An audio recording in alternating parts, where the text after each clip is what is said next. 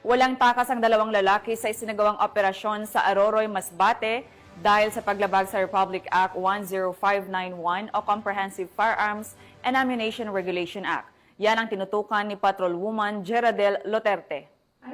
Dalawang binata matapos makuha na ng hindi lisensyadong baril, bala at patalim sa loob ng isang KTV bar sa barangay Bagauma, Aroroy, Masbate. Kinilala ang mga suspect na si alias Bert at Enzo, parehong 24 na taong gulang at mga magsasaka. Sa ulat ng Aroroy Municipal Police Station, nagsagawa ng mobile patrol ang mga pulis nang may isang concerned citizen na lumapit at nagsabing may dalawang lalaki umanong armado na hindi na matukoy ang uri ng baril sa nasabing lugar. Agad na nagtungo sa lugar ang mga pulis kasama ang testigo, saka nakita ang isang kalibre 45 pistol na nakasukwit sa baywang ni Bert na may kasamang magasin na naglalaman ng 3 bala. Samantala, na-recover naman kay alias Enzo ang isang magasin para sa kalibre 45 na may 8 bala at 2 patalim. Aresto ang dalawang akusado matapos na wala na silang naipakitang kaukulang dokumento para legal na magmay-ari o makapagpadala ng mga nasabing armas at bala.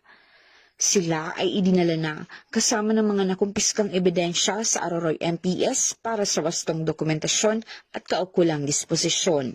Mula dito sa Legazpi City, Albay, ako ang inyong TNN correspondent, Patrolwoman Jeradel Loterte, alagad ng batas, tagataguyod ng Balitang Pulis.